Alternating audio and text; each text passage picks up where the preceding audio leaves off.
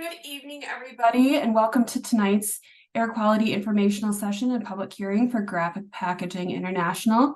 My name is Caitlin DeVries, and I'm from Eagles Environmental Support Division. Before we begin tonight, I'd like to cover a few quick housekeeping rules. So tonight, all lines are going to be muted for the duration of the meeting, and we are recording this meeting. The recording should be available in a day or two and should be made available by Monday. So with those housekeeping things in place, I'm going to pass it over to tonight's moderator, Jennifer Dixon. Thanks. Thanks a lot, Caitlin. Appreciate that. Welcome everybody to our meeting tonight. The first thing we're going to do today is go over the agenda that we have for you. I know it's going to be a little bit of a busy evening with a couple of things that we're going to be talking about. So the first thing I want to do is just invite my air quality division staff to please turn their cameras on. I'm just going to introduce folks really quickly. You're going to be meeting some of them a little bit more during the meeting tonight, and then you'll be hearing from some specifically, and then some mostly during the question and answer portion. So the first person that you're going to be introduced to tonight is Chris Etheridge, and he is one of our assistant air quality division directors, and he is a decision maker for the two actions that we're going to be talking about tonight. So Chris, I know you just wanted to say hi to everybody. Yeah, thanks, Jen. Yeah, I just wanted to thank everyone for taking time out of your busy schedules tonight to join us. Certainly appreciate you guys investing the time to be part of our discussion tonight. Also want to thank you for your interest in the proposed permit and consent order for graphic packaging. We welcome and appreciate the feedback and any questions or concerns that you raised tonight. So thank you again for participating.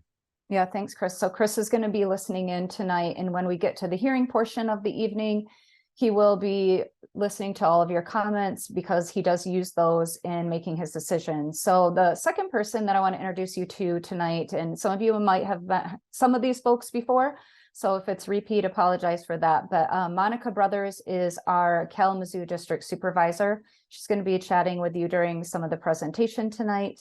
I also have Ambrosia Brown. She is the permit engineer for this permitting action. So you're going to be hearing from her during the presentation, talk a little bit more about that. Jason Wolf is our enforcement person on this case, and you're going to be hearing a little bit more from him during the presentation, specifically about the enforcement action. I also have on the line Keisha Williams. She's our toxicologist. So toxicologists review toxic air contaminants, and they help develop health-based screening levels that are used in our air permitting process. We also have Susan Kilmer on the line, and she is our air monitoring section manager. We had some changes in that kind of recently, so I hope I said that exactly right. But her unit works, or her section works on the air monitoring stations around the state. So she'll be able to answer questions about that. And then we also have Alec Kanaki, and he is our air modeler. So I know monitoring and modeling sometimes get confusing. Don't worry, you won't have to parse that out necessarily. We'll do that for you. But just to let you know, Alec is the person who helps us look at the emissions that are proposed for facilities, and he uses computer models to kind of look and see if these things are going to be meeting air quality rules and regulations. So a little bit complicated, so we'll talk about that a little bit more later as well. So now, thanks, staff, appreciate it. Monica, if you want to leave your camera on, because I think I'm passing it over to you first, but I wanted to just talk a little bit more about how the night is going to go, because I know we kind of have a packed schedule for you. So we are going to be starting off with an information session. So we're going to be discussing compliance and enforcement and permitting. Then we're going to move into a question and answer session. I will talk to you a little bit more about that in just a minute. So during that kind of first part that we're calling the information session, we will be able to get your questions. We'll be responding to those questions. So there'll be a little bit more back and forth. Then we're going to move into the public hearing portion. That will start at 7 o'clock, or whenever you all are done with questions, whatever comes first. So we want to make sure we're kind of sticking to that 7 o'clock start time for the hearing. We have a lot of people that have indicated they want to make comments, so we want to make sure we have ample time to do that. We'll talk really briefly how to submit an official comment. If you don't want to comment tonight and you feel like you want to make a comment, that's perfectly acceptable. We've gotten a bunch of comments already, for these two actions, and the comment period is going to stay open until October 16th. So you'll have time to submit comments in other ways. This public hearing is in no way the only opportunity to do that. So we'll also talk about where you can find more information. So if you're hearing some things tonight and you want to dig a little deeper, or you want to look at something later on, talk about where you can find that information. And then of course, we will be sharing information about how to get a hold of us if you want to. All right, so let's just talk really quickly about the question and answer portion of the night. So later on in the evening, like I mentioned, we're going to have some time to answer some of your questions before we move into the hearing. So if you're joining us online tonight and you have a question, you can just type your question into the question and answer box at the bottom of your screen at any time. You don't need to wait until we get to the question and answer portion to do that. You might hear your answer as we go through some of the presentations, so it's up to you how you want to do that. We might have some folks that are just calling in and are only in listen only mode, they may not be able to see the screen. So in order to be able to allow them to ask questions, if they are calling in, they can type #2 into their phone, and that will raise their hand so that we can get their questions too. So a couple ways to do that. If you're joining us online, you're going to use that question and answer box. And if you are calling in, you're going to use #2. And I will remind you about this later. You don't have to remember all of this right now too. I know we end up kind of throwing a lot at folks in this beginning part of the evening. So just to get us started, I want to talk a little bit about how our staff use state and federal regulations and our mission to protect human health and the environment. So we do this, of course, by regulating industrial sources like graphic packaging, and we recognize that there are many air quality related issues and concerns for Kalamazoo residents right now. So tonight we are going to be talking with you about how our inspectors, our permit engineers, and our enforcement staff work together with other air quality division staff that you've met to oversee operations at GPI, respond to complaints, write violations when warranted. We're going to be talking about how these important activities may lead to the need for permit modifications and escalated enforcement, which is what we're here to talk about tonight. So because we're bringing these two separate but related actions to you today, we are going to give a little bit of a background, and then we're going to move into brief descriptions of the proposed actions and how you can participate in the process. So for those of you who are registered to attend the meeting, obviously you did because you're here, but sometimes people just pop on and sometimes they register ahead of time. But those of you that did register ahead of time, we really want to thank you for taking the time to include some of the questions that you might have already about these two actions. That was really, really helpful for us. So as we were preparing to come talk to you, we tried to include a lot of the information to answer many of those questions in our presentation. So for instance, I want to just talk about this. We know we may not have been clear enough in our messaging about the fact that this proposed permit is not a request for higher or more emissions. We heard that loud and clear. A lot of people said, you know, please don't let them have more emissions. Please limit those emissions. This permit is not a request to allow more emissions or higher emission limits. It definitely is not. So because there are no emissions increases in the draft permit, there were a lot of questions and concerned about that. So Amber is going to be giving you more details about those emissions later in the presentation. And we have provided some additional information online as well. So hopefully knowing that there are no additional emissions is helpful. I just want to put that out there. So like we mentioned earlier, if you have questions about the proposed permit or the enforcement action, you may type them into the question and answer box at any time. Once we are done with this short presentation, we will be answering questions related to the proposed permit modification and the enforcement action before moving into the hearing portion tonight. So with all of that being said, hopefully that intro was helpful. We're going to pass it over to Monica right now, and she's going to talk to you all a little bit more on the background of the facility and what's been going on lately. So Monica, you can go ahead and take it away whenever you're ready. Sure. Thanks, Jen. Hi, everyone. Good to be with you here tonight.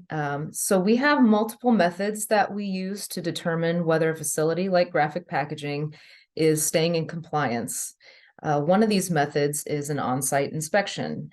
These are unannounced, so the company doesn't know when we're coming. We do this so that we can be sure to check out what's going on at the facility on a typical operating day.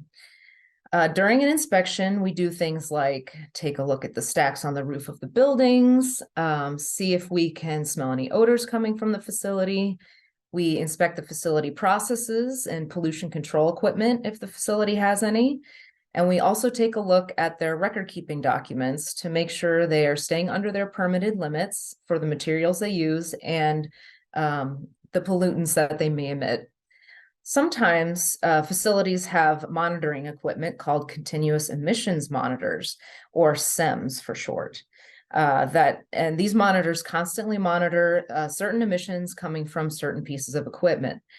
In the case of graphic packaging, they have these types of monitors on boilers 9, 10, and 11 to measure NOx, or nitrogen oxides. During inspections, we can look at the records from the CEMS as another method of determining compliance. Inspections are conducted regularly and can also be done in response to complaints. Throughout the year, facilities like graphic packaging also submit various reports to us and also sometimes have stack testing done. So these are just a couple of other methods we can use to make sure they are continuously in compliance. However, sometimes inspections, stack tests, and records reviews can result in violation notices if the company is not complying with their permits or other state and federal regulations. And some violation notices can lead to either changes in permits, or they can sometimes lead to an escalated enforcement action. Next slide. So as I mentioned in the last slide, during our compliance work, we may find violations. What you see on your screen are violations that were recently found as either part of an inspection, reported to us by the facility, or found through a stack test. And these are included in the proposed consent order that we are here to talk about tonight. As you can see from this slide, all of these violations will be addressed by either the issuance of this permit or have already been initially addressed in some way. For example, the violation that the facility received for going over their PM or particulate matter limits during a stack test has since been addressed because the company retested and the PM emissions during that second test were shown to be under the permitted limits. However, even though these violations have been addressed, they must still be enforced by the consent order, which Jason will talk about more in detail soon. Following the issuance of the new permit and consent order, we will continue to make sure the company stays in compliance with these conditions by doing future inspections, complaint investigations, records reviews, and stack tests throughout the year. Now I'm going to pass this presentation over to Jason to talk a little bit about the enforcement process. Thanks, Monica. Hi, everyone. I'm Jason, and I'm in the enforcement unit of the Air Quality Division, and I'm going to speak a little bit about the enforcement process. The enforcement process works to resolve violations and discourage future violations. One way of doing this is through a consent order.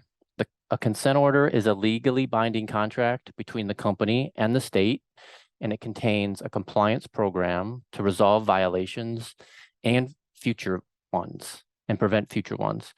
It also contains a penalty amount and fines for any future violations of the consent order. Next one, thanks. This slide represents the enforcement process more visually. As Monica touched on, an inspection can lead to a violation notice being sent to the company and sometimes an enforcement action. The public comment period is the step we're currently on for this case. Next slide.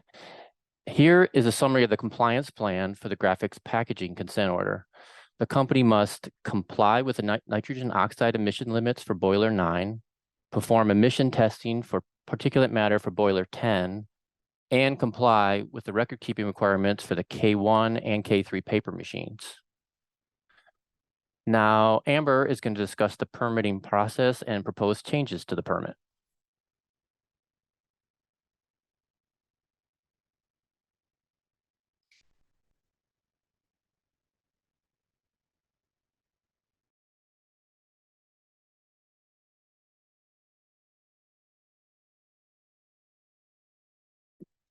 Sorry, having a technical difficulty. There we go. Sorry. So I'm going to talk about what is a permit to install. By the way, my name's Ambrosia. I go by Amber. So what's a permit to install? Well, it is not permission for a facility to do anything it wants. Quite the opposite. If you reviewed the proposed permit conditions, you saw that basically it's a long list of requirements that the company must meet. So where do these requirements come from, and how do we determine if a project can get permitted? Well, once a company decides that they want to do a project that impacts air emissions, they have to make sure that project can meet the rules and regulations in place to protect public health. A permit application contains a list of all the applicable rules and regulations and how they plan to be met. If a project does not meet a single rule, then there'd be no reason for the company to submit an application. AQD staff evaluates the content of the application for completeness and accuracy. If there are any errors or omissions, those must be addressed before a permit could be issued. If the project appears to meet all the rules and regulations, then a set of conditions or a draft permit is created to make sure that the project is installed and operated as proposed. So that's the purpose of a permit to install. We must legally base our decision to approve or deny a permit on if the proposed project meets the current rules and regulations. So why did Graphic Packaging apply for this permit? Let's talk a little bit about their recent permit history. In March 2020, Graphic Packaging was issued an air permit for a paperboard project. The proposed new installation included a boiler and some other project-related equipment. We knew this facility was a concern to many of the community, which is why we included the opportunity for the public to comment, and we held a hearing.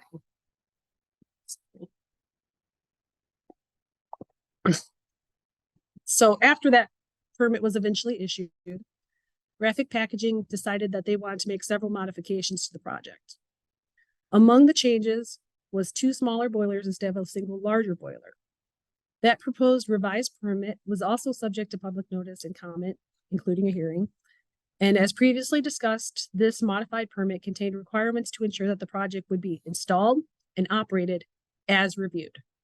So some of these requirements, though, were unfortunately not met as previously discussed. So this led to the need to reevaluate the project and the proposed enforcement action and draft permit we are here discussing today. So let's talk more specifically about the changes being proposed in the current draft permit.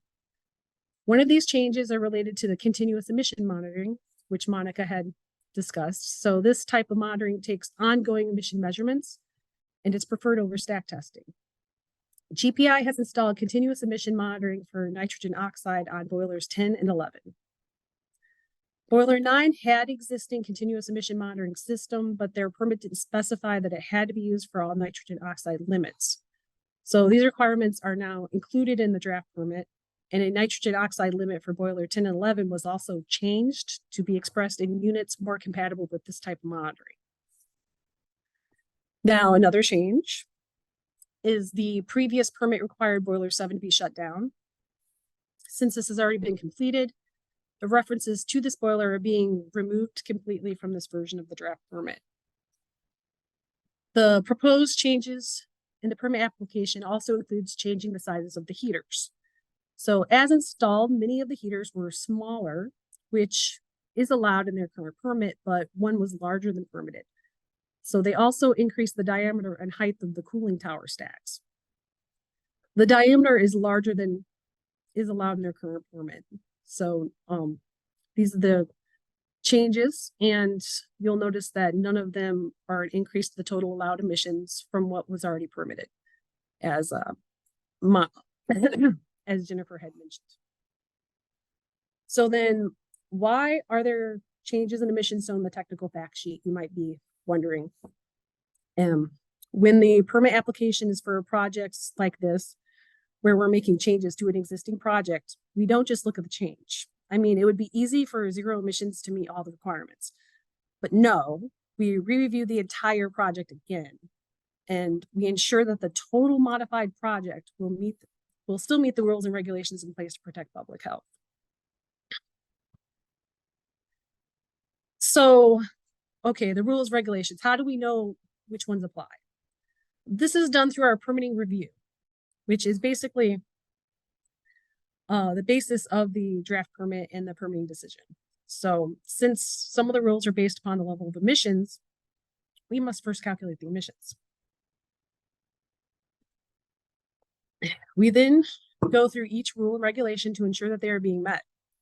Some of the key rules and regulations that apply are mentioned here, and they are also discussed in more detail on the air permit technical fact sheet. Sorry, everybody, I'm fighting a little bit of a cold, so I'm doing the best I can here. One of the areas which you may be interested in is how the project was reviewed for toxics, as required by Michigan rules. The toxics from the project were compared to the state of Michigan health-based screening levels, which were set at levels to protect public health. Our review of the emissions determined that they would not violate these health-based air toxic rules. This review included modeling. Okay, now I mentioned modeling. So what is modeling?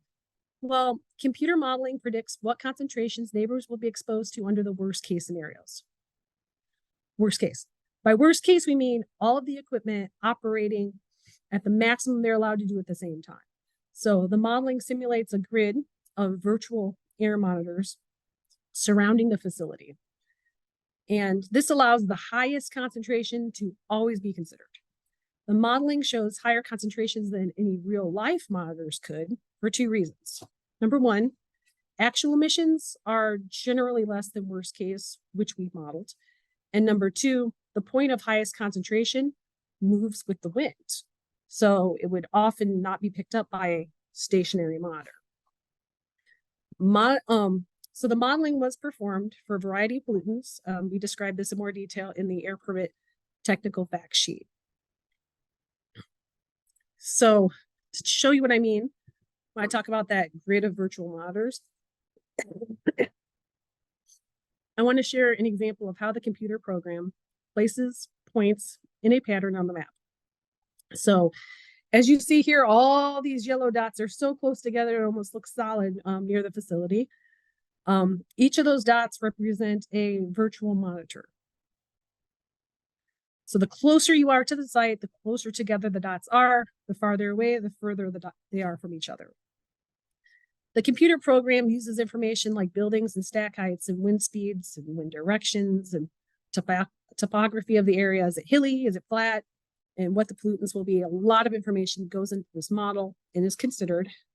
And then it looks at what the concentrations would be at all those little dots. A lot of dots. And all of the modeling for all the pollutants must be able to meet the air quality standards, rules, and regulations at all those little dots in order for a permit to be able to be issued.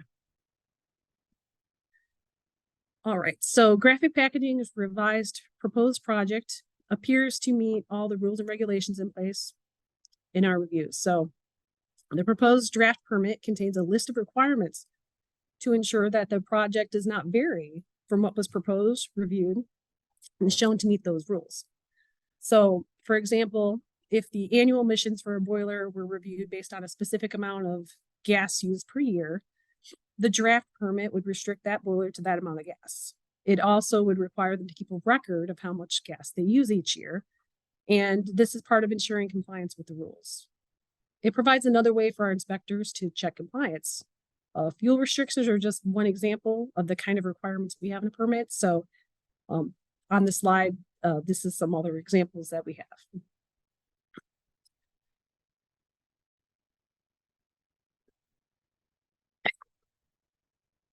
Since the review for compliance with the rules and regulations is the basis of the draft permit, it may be helpful if you look at the technical fact sheet and compare it to the draft conditions prior to submitting a comment.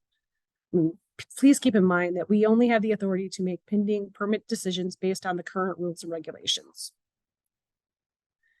So here is where we are in the current permitting process.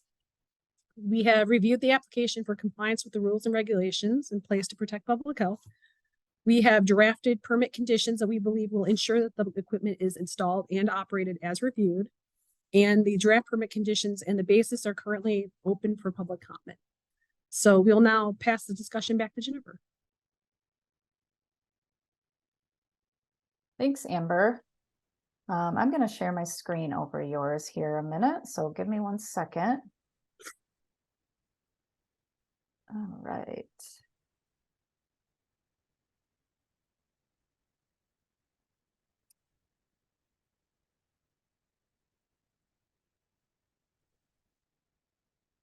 Sorry, that was taking a second. I wanted to give it a chance to catch up with what we're doing.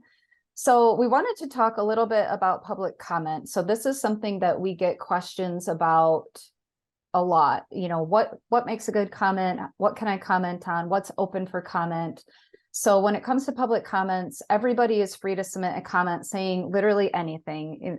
We'll take any comments. Of course, there's certain ones that can actually impact changes, and there's certain ones that, you know, don't actually impact changes. So comments that are most likely to lead to changes are those that, kind of like what Amber was talking about, those focused on the content and the basis of the draft permit and the consent agreement. Comments that might request specific changes being made. You know, for instance, we might get questions about, I'd like these different records to be kept, or I think this would help more, or maybe more testing in certain areas, things that are related to the permit, stuff like that. Things that aren't likely to lead to changes, that are things just like outside of the scope of what the consent agreement and the draft permit have in them. Things like, I know we mentioned in the beginning, zoning, truck traffic, noise, things that our air quality division doesn't have rules and regulations related to. Things that maybe local municipality is responsible for taking care of. And then the other thing is whether or not the changes are widely supported or opposed by the community. So unfortunately, that part can't lead to changes in the permit or action or in the enforcement action. So I want to just talk a little bit more about public comments. If you guys have questions about that, or, you know, anything else that we've been talking about, we're going to be getting to those in just a minute here. So I do have some questions already coming into the chat box. So thank you very much for that. If I can get my panelists to turn their cameras on, that would be great. And then we'll start getting into this question and answer session. So just as a reminder, we have the three folks that you've heard from already, Monica, Amber, and Jason. And then we also will have Alec Konecki, Susan Kilmer, and Keisha Williams available to answer questions as well. So this first question, Jason, is going to go to you. So the question was in relation to the fines. So is there a limit on the number of fines they can have? And if they keep paying them and keep violating the permit, if you can just talk a little bit about that process, because I know this is not the first consent order that this facility has. Right. So I'll first just describe a little bit how fines are calculated. We use the EPA penalty policy to calculate a penalty. That policy kind of describes certain types of violations and assigns values to them. There's also a component for length of time and cooperation and how quickly they're able to correct the violation. So that is how a penalty number is calculated. And then I guess I also will just bring up how you were talking about future penalties. So if violations of repeat violations occur, there are what we call stipulated penalties, which can add up very quickly, and it's something that generally I would think a company's going to want to avoid. Now, at some point, if there's a scenario where penalties aren't doing the job, then we may have to take further steps. But I mean, that's why stipulated penalties are in there to incentivize compliance with the violations that occurred.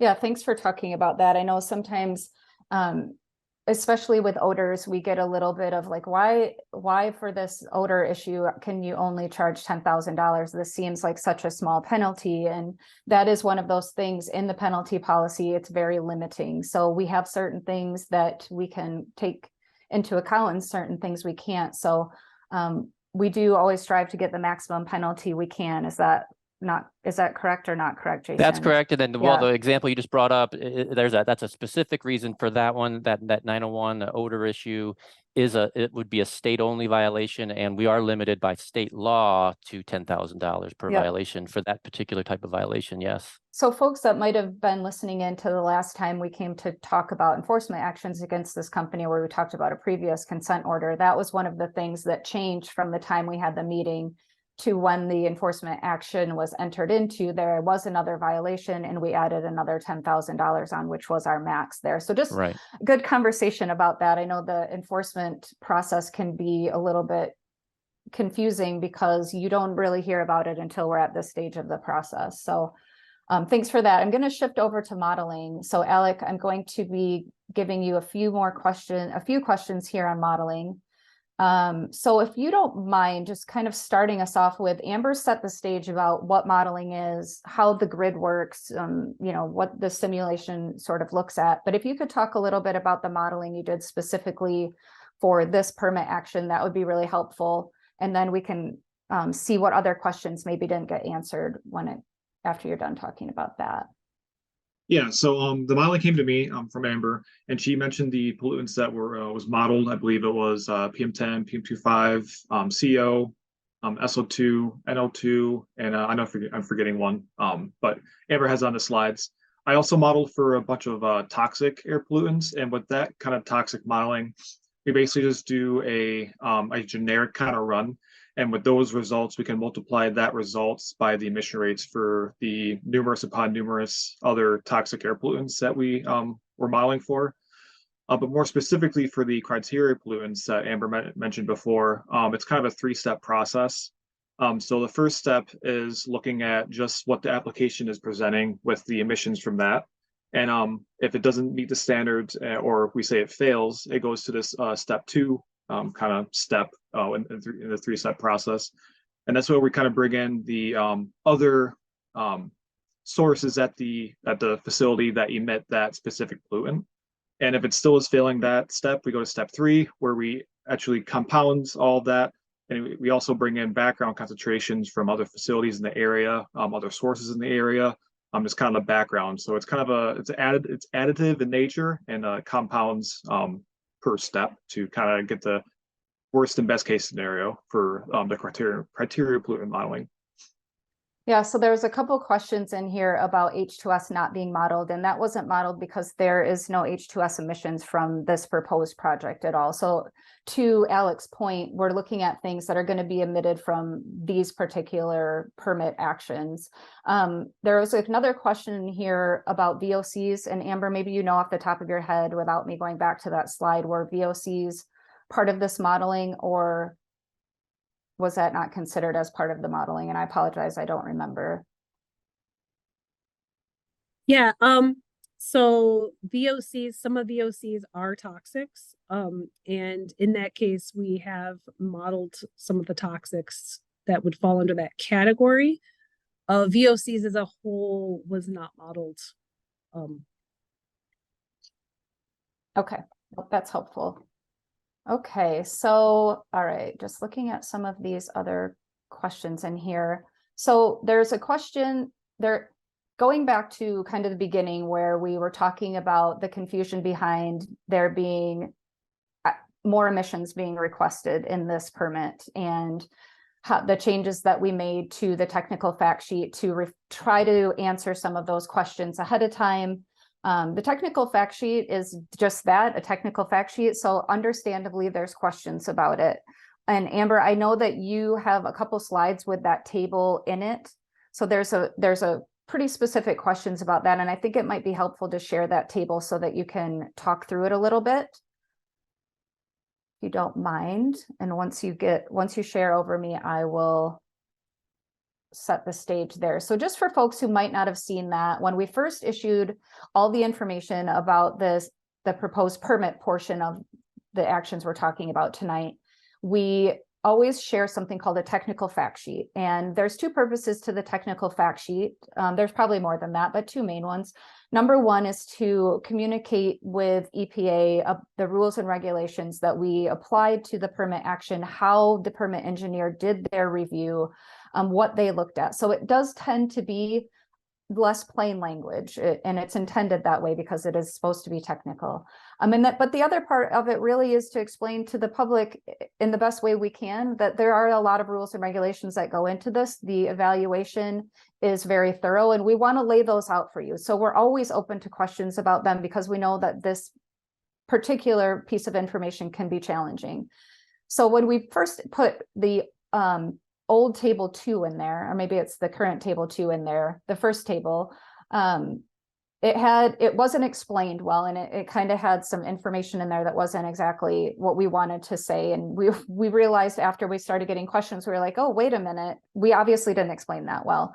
So we created this new table that Amber's showing right now to walk through exactly what was in the permit before, what was being proposed, and how those things change. And so Amber, if you can talk through this table a little bit, and I want you to kind of talk through it, and then I'll add in some of the questions that folks had on it.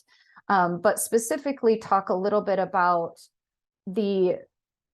how the pollutants were written, the units that were changed, and things like that, because I know that can be kind of like, what is going on, Jennifer? Right. So if you can talk through that, that would be great. I know when you hear emission limits are changing, automatically your brain will think going up, right? So this is I'm going to first just kind of walk through the comparison and then explain the why after. So this is the comparison in the bluish color here. We have their current permit. To be clear, kind of again, we look at the entire project again, but remember that they are already permitted for this with these, this project is already permitted. So they already have these emission limits. And so the difference between, before and what we're having the draft is shown on this table. So the active permit is their current permit, 13319A, and to the right, you can see the proposed draft. So if you look at boiler 8, exactly the same, same language, everything. You can see it, boiler 9, for NOx, we have changed 24-hour to calendar day. Same again. We have added a new limit here. So there's a new limit in the proposed draft. I will explain after, like I said, I'm just pointing out the changes here. So then we have the pound per hour, same for NOx. As you see, there's no other changes here on this page. So then we have FG2 paper machine. And you can see here, again, exactly the same limits, no changes. Under FG boilers, which is boiler, that's how we have grouped boiler 10 and 11 together. And they have a new nitrogen oxide limit, 0.1 pound per million BTU, 30-day rolling. Now here's where you see the difference. That's probably setting off the red alarms, like what's going on right here, because and I can see why you'd be concerned. You're seeing a 0.036 pound per million BTU limit and a 11.2 pound per hour. That looks like that number, 11.2 is greater than 0.036. But as you notice, the units are different. So, and there's no other changes on this page, so I'm going to go ahead and jump into the why. And the pound per million BTU limit is actually exactly the same as the 11.2 pound per hour limit. And that being based on the units being 311 million BTU as their maximum capacity. So if you have 0.036 pound per BTU and you have 311 BTU, that equals 11.2 pounds per hour. So that's a little, I know we're getting into math here, but that is what we review. We review a lot of math and emission calculations. Now, the second question to that, and I have heard, why are you doing that then? Right? And the reason being, another little math thing, if you take a number and divide it by 0 in your calculator, you're going to get error, right? That doesn't equate. We were putting continuous emission monitoring on this unit, and which means during shutdowns when fuel is going down, that's going to start giving you errors. As long as there's any little bit of emission coming out, that's going to be emission divided by fuel. That's what pound per million BTU means. So before, emission might be tiny, divided by 0 equals error. And that's what your continuous emission monitoring would be reporting. We'd be getting junk data. We don't want that. So that's why we have changed the units to pound per hour. I hope that makes sense. I'm sorry. I know it's highly technical, a lot of math talking, but I hope that's helpful. If you have any other questions about that, feel free, to reach out and I can try to reword it. Yeah, I think that is helpful. I know it's complicated, but I think it's helpful to walk through it like that. That did answer or at least respond to some of the questions that we had about those tables specifically. If you guys have more questions about that, obviously we're happy to reiterate or talk through or try to look at things in a different way. Amber's always available to have a conversation about this too, if you want to afterwards, if you're thinking about, I want to make a comment about this, but I'm still just really not understanding how these emissions numbers changes and unit changes align with each other. So I'm hoping that this was a little bit helpful. There was another question that was related to this, and it went back to the table that you're not showing, Amber. So I'm going to go ahead and just share over you again because it's not related to this table. But the question was in relation to some of the national ambient air quality standards and the criteria pollutants that you had in the table for the potential changes of emissions over time. So for this whole project, and that was the one table that was in there originally that kind of looked different, and people were thinking that that applied only to this specific permitting action and not the whole project back through time. So there was one question in here about lead, and the question said, after the project was complete, so the whole project, back in time to now, that the emissions are estimated to be 0.0023 tons per year of lead. So how does that compare to the NAAQS not being exceeded on a 3-month rolling average? So Amber, I don't know if you have specific information you can give about this. If you don't, potentially Susan could speak to it a little bit, but this was one of the questions that had come in about those tables. So taking a step back, that table was a reevaluation, right? So as we have expressed, so, a change of a stack size isn't changing emissions, right? As I talked about the heaters, one being larger, actually, the more of them were smaller. So overall they were going down. So we're not talking the change of emissions since the last time. And that table represented basically before the paper project was ever permitted the first time compared to now. And that is how we reviewed it. And we did review all of the pollutants, including lead, as part of this project. And I do not have all of the, results on the tables, but everything had passed, in front of me. I'm in front of the thing that says panel. But yeah, everything has passed. And if you want to see those results, you can request them. All right. Well, hopefully that was helpful. Again, I know it's hard. The concepts are hard and how we have to look at these things. And there's certain things that go back through time and certain things we're kind of looking at right now. So there was one other question on that. And the question was, did Ambrosia say that the unit of measurement was changed basically since it was changed to a continuous monitoring program and therefore the zeros were showing up in the math? So yes, that's exactly right. So thank you for that clarification. We appreciate that. Okay, we're going to shift gears here a little bit. And there's a question about violations in emission standards. And I think this goes to a little bit back to what Monica's was talking about when it comes to the inspection process when we determine a violation is written. And then if we can talk a little bit about that, how that inspection process would work with something like emissions violations, Monica, related to stack testing, or how we'll be evaluating the SEMS information. And then if we could have Jason talk a little bit about when things are referred to enforcement, when do we take that next step and actually send it to our enforcement unit to do this kind of administrative consent order or some of the other options that we have under enforcement. Sure. So in response to a violation we might find during an inspection, so we would typically issue a violation notice to the company for that violation.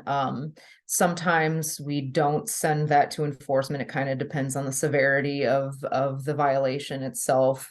And you know, if we have multiple of the same violations, and the company isn't, you know, doing enough to fix that issue, that's at that point we would take that to enforcement. So sometimes they will get some violations for the same thing before they're taken to enforcement, but it just kind of depends on what they're doing and what they're proposing to do to fix that violation.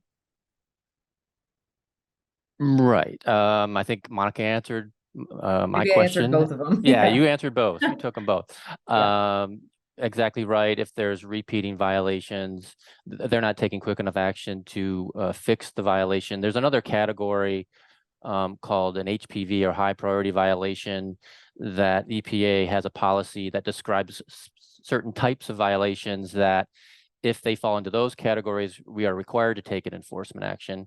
But beyond that, it's up to our discretion to some degree, and it's, you know, if what's the approach of the company, what's the severity of the violation. I'll go into that decision. Yep, thank you for that. I know that process can be kind of convoluted sometimes, but it is definitely something that our district staff like Monica and our enforcement staff like Jason are continuously talking about. All the violation notices get shared with our enforcement unit. So it's constantly something we are discussing, you know, is this something that needs to be escalated? Is this something that we need to do right away? Like, how are we approaching this? What's the plan of action? So, and GPI is no different when it comes to that. So one of the questions that we had gotten from folks in the pre-registration that we did, which was really nice for us to have that question ahead of time, was related to the chemical scrubber that Graphic Packaging said they would install by the end of the year. And I know we were looking to try to get an update on that. And I think, Jason, you were looking into that. Were you able to get any further information, or potentially Monica, you might have gotten some of that information too? I don't have any more up to date other than it's required to be installed by the end of the year. They're working. I know they also have to get permits from the city related to the oxygen system. They did share a minor update that they have applied for them, but right now they don't have them in hand. But they're expecting them relatively soon. I've asked them to keep me updated. Okay. Yeah, and there is, for folks who might not know, and hopefully you all do, if we're doing our jobs, then you know, and if we're not quite doing what we should be doing, then maybe you don't know, but we do have a very specific webpage for Graphic Packaging, and we'll share that later on. But just for folks, if you wanted to jot it down or take a visit, it's michigan.gov/EAGLE, EGLE, Graphic Packaging. EAGLE Graphic Packaging is all one word. When we get news on that scrubber, we will share an update on that page. We also do try to send those updates out through the email contacts that we have, which all of you that have attended this meeting tonight, if you weren't previously on that list, you will be added to that list. So now you'll just have to let me know if you don't want to be on that list, but we will also send those updates out to you as well, just to try to keep people informed as much as possible. I know I've gotten some comments in our chat about, you know, not being informed of the changes to the technical fact sheet. And again, we just want to apologize, not reaching everybody. We try to send it out in every way we can. And I know we aren't sending it personally to everyone. So apologies for those who got that late. I hope that having the comment period open a little bit longer will give you time to look at that and make any comments that you might want to in that regard. So Monica, I'm going to go back to you a minute here. There is a question that I think it might be helpful to talk about Rule 912 and how it relates to the work that we do. So the question was really related to when would a company be required to shut a piece of equipment down, you know, when they're operating, if something happens, if they have a malfunction, you know, how does that work? How do we assess that? What is their requirement to notify us? If you can talk a little bit about those timeframes and how we look at that and what our expectations are of a company when something like that happens, that would be appreciated too. Sure. So sometimes facilities are required to let us know if they have a malfunction on a piece of equipment, or if they emit over a certain limit in their permit. So they will notify us within a very short period of time. I'm not totally sure what that exact period of time is, but then they follow up with a more detailed report afterwards to kind of describe what happened, what corrective actions they're going to be taking, and how to prevent that from happening again in the future. Yeah, thanks. So in Rule 2912, it depends on what the severity is of the issue, right? So some things they do need to notify us within a couple hours. Yeah. So it's a fairly stringent rule. We do see it utilized a lot, which is why we have the malfunction abatement plans and things like that, so that companies are required to be constantly assessing that. That's where that continuous emission monitoring also helps, because it gives them, you know, very fast information about when anything is going a little bit, you know, where they don't want it to be. And it's like we talked about before, it's just preferred over stack testing. It is a good benefit to this process that they can put that. Not all types of processes can have continuous emissions monitors. So I think it's really, really helpful that they're going to have those in and running all the time. Okay, so I think we still didn't quite get it for that table 2, Amber. So I'm going to pass it back to you to talk a little bit more about table 2. So table 2, just to refresh, was the original table that was in the technical fact sheet. And so I'm going to just read the question just to make sure that I get it all for you, so you can take that in when you're answering. So the numbers in the original table 1, which is now table 2, thank you, it had different numbers for the prior to project and therefore the increases and decreases column. How and why did these numbers change? So thank you. Now I understand, now that I read it out loud, what exactly you're asking. So this is not about the change in the units. So this is about why that table looked different the first time we put it out there as opposed to the second time. So if you can kind of talk about what you were considering when you put the numbers in there and what was the actual intent of that table, I think that would be helpful. Sure. So the intent of that table is to put forth the before the entire project and after the entire project, the comparison. And the original table, the before, didn't actually point to the right data. So it was pointing to like the boilers and after, and didn't include all the equipment. And so that was corrected as well as, you know, when we put forth this other table. The thing is, I have to say too, is when we're reviewing, we look at potential emissions going forward compared to, like, you know, baseline emissions. I'm starting to get technical again.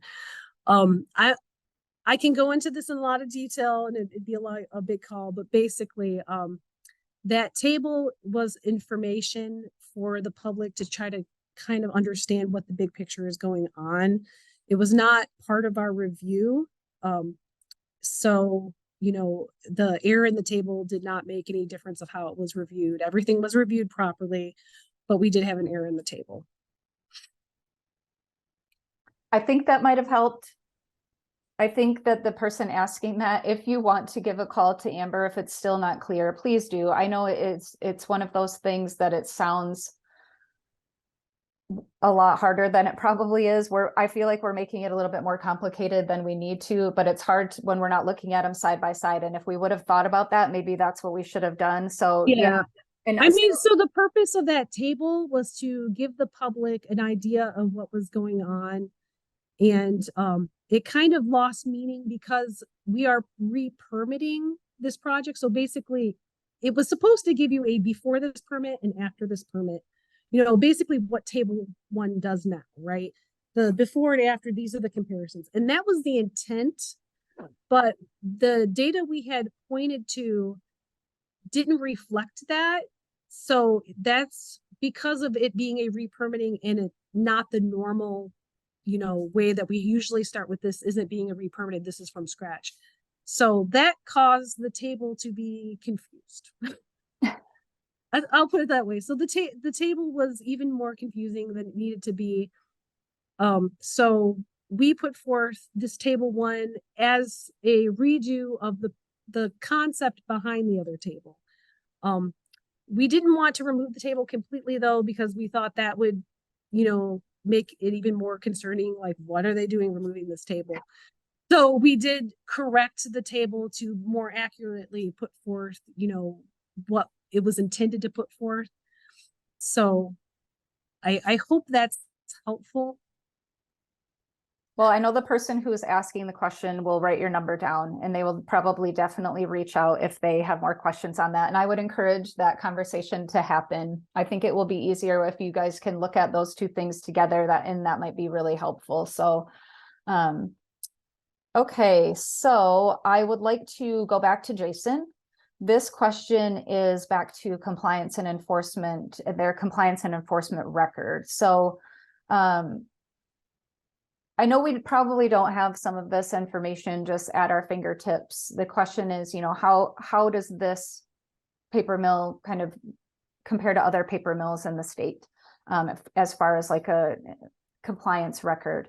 And how is the company doing when it comes to that? And I don't know that we can necessarily speak to any sort of comparison at this point, but there definitely is things going on with obviously our compliance and enforcement actions when it comes to this facility. So actually I'm going to switch what I want to say here, and I think I'm going to pass this over to Monica. So as you might, if you have participated in these meetings before, you might have seen that Monica has changed roles. She's now our district supervisor, and there is a new inspector that has taken over graphic packaging. His name's Michael Cox. And he is not new to air inspections, but he is new to graphic packaging. So Monica has assigned him to this facility. He is still doing compliance inspections, responding to complaints. I see all the complaints that come through our online complaint form, so I know folks are utilizing that sometimes. We are still getting odor complaints, I think, being called into our pollution emergency line and to our district directly. So Monica, can you just talk a little bit about the responsiveness that your office is having when it comes to this facility complaints and things like that? I think that might be helpful just to understand how that works. Sure. Yeah, we do still continue to get some complaints every once in a while. We've gotten more complaints in the past and had more odor violations in the past than we do now, if that's any indication of a positive direction or not. But typically we will get complaints, and then we will go out to wherever that complaint was made, and we will do an odor assessment and analyze the odors in the area. And we do that on the basis of duration, intensity, and frequency of the odors. And typically it's on a 0 to 5 scale of intensity. And anything typically above a level 3 for a certain length of time could be considered a violation. Not all the time. It kind of depends on how long the odors last in the area as well. But if we do get a violation worthy odor, we will write the facility a violation, as we have done a few times in the past. Yeah, and then that goes to throughout that process again that we have been talking about. And also when we do write violation notices, again, we're trying to send that information out to people who are interested. We're posting it online so that information is very transparent. We also post the company's responses to those violations. So if you're interested in any of that, it's all available online. If you can't find it, please reach out. I always don't want folks spinning their wheels trying to find something like, where is this? You could just give us a call. We're happy to point you in the right direction. And again, really appreciate all the questions tonight. This has been a really nice conversation for us. Hopefully it helped. Hopefully if it didn't help, apologies ahead of time, and feel free to reach out to us. We're happy to have one-on-one conversations. I think sometimes that can be an easier way for people to really get down into the weeds and the nitty-gritty of what they're trying to understand here. But panelists, thank you so much for participating in the conversation tonight. We're going to shift over. It's 7 or a little after 7 here. So we're going to shift over to the hearing portion of the night now. So if panelists, you can go ahead, turn your cameras off. Chris, I'm going to invite you to turn your camera on. And I'm going to have to go over a few things here to remind people about how you are going to be able to be unmuted to give your comments. So we will be allowing verbal comments from people calling in on the phone and people that have joined us via computer. So we had a lot of folks that pre-registered that indicated they wanted to make a comment. So just to kind of lay the groundwork for that, I will be starting with you do not have to, do not worry about it at all.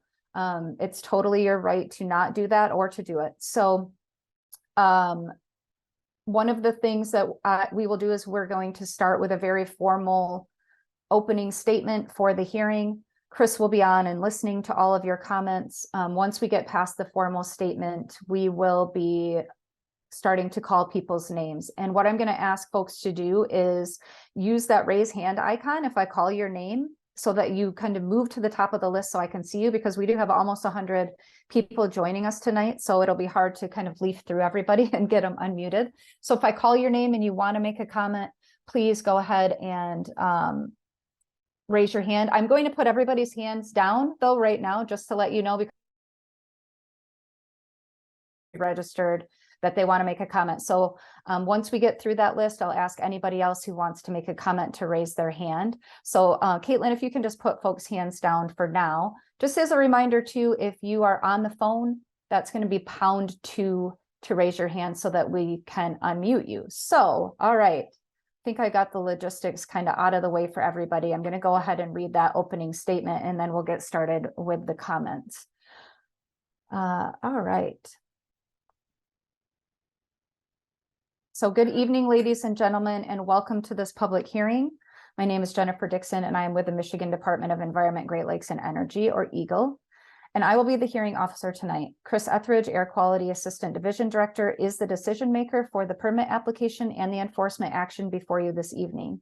He will be listening to your comments and considering all comments prior to making a decision.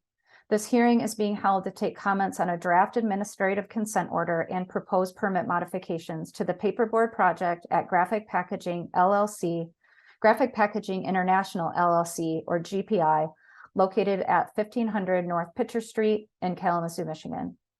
The Air Quality Division is responsible for regulating sources of air pollutants to minimize adverse impacts on public health and the environment. The law governing these responsibilities is Part 55 of the Natural Resources and Environmental Protection Act. Before the company can make the requested changes, they must obtain a permit that meets the requirements of Michigan's air quality laws. This means the equipment must be capable of meeting state and federal emission standards, including health-based standards. The proposed permit must also contain conditions that include emission limits and specific ways of operating the equipment to ensure those standards are met. The purpose of tonight's hearing is to give anyone interested in the proposed permit and or the draft administrative consent order an opportunity to provide information. Sorry about that.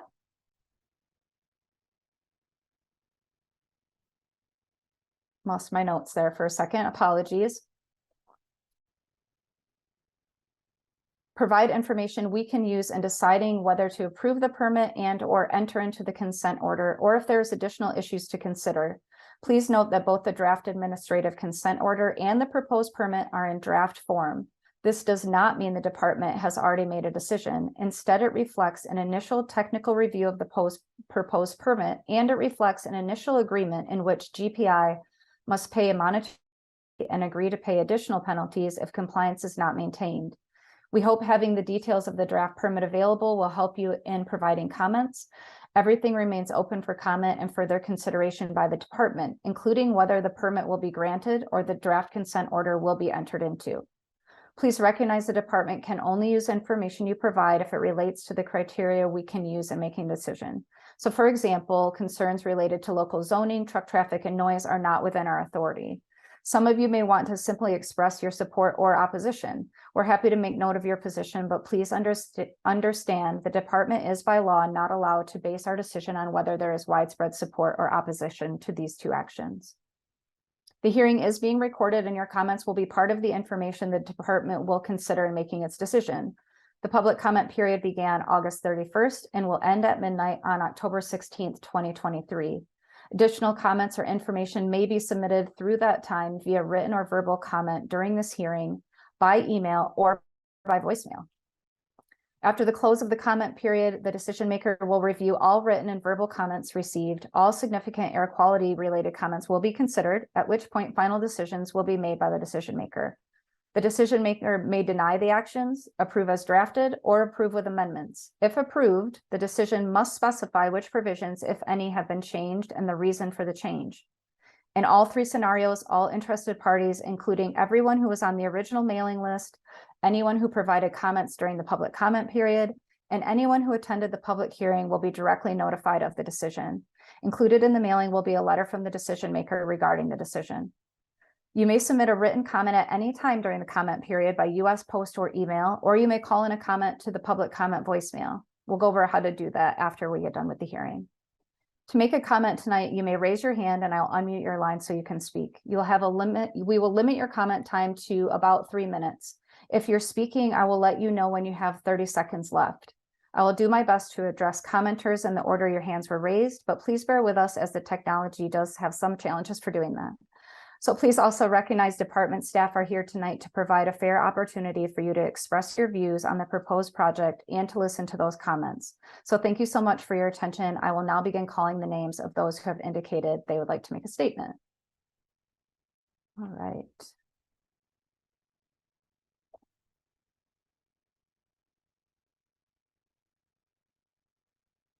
Okay, so the first three folks that I have online here are,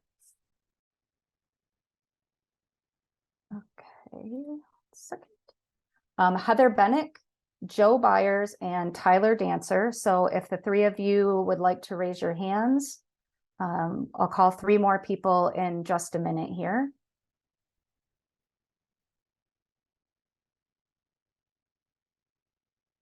And I just want to have my timer ready to go. Okay. So as you get ready to speak your comment, if you could just state your name for the record, and if you have any sort of affiliation that you'd like to share, you can share that as well. All right, so Heather, you should be able to unmute yourself and get started whenever you're ready. You hear me? I sure can. Yeah, you sound great. Hello, my name is Heather Benak. I'm a resident of the city of Kalamazoo. And I don't know why Eagle is even holding this public hearing.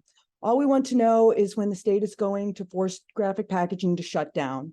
The residents of Kalamazoo have wanted this plant shut down for years. The largest of its kind in North America does not belong in the middle of a neighborhood with homes directly across the street and schools and daycare centers only blocks away. The constant heavy truck traffic, the light and noise pollution alone make this environmental justice disaster. This plant should not be located in the middle of a neighborhood. This corporate polluter has a long record of polluting our air and our water. Is Eagle going to stand by and let them do whatever they want? At the end of August, Eagle sent out official documents with air permit technical facts data charts showing that GPI intended to increase its lead, nitrogen oxide, particulate 10, particulate 2.5, sulfur monoxide, and volatile organic compounds emissions. I object to any increases in these pollutants. Then the data was changed on September 21st without any additional public notice.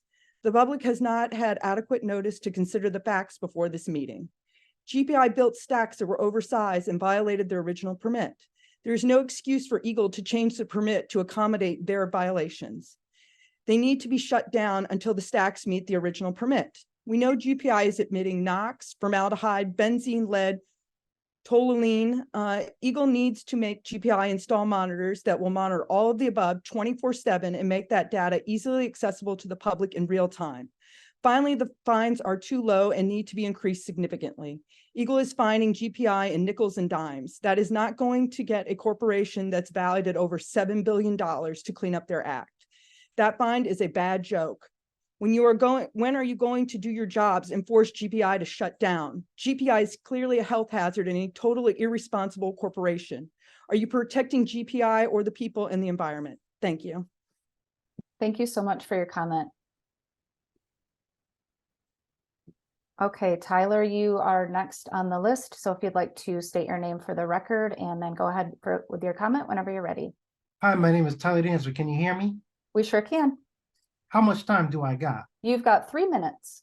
Okay, I'm going to do the best that I can. Okay, I'll give you I've a been living 30-second here warning. because I've been thank you, because I've been living here 36 years, okay?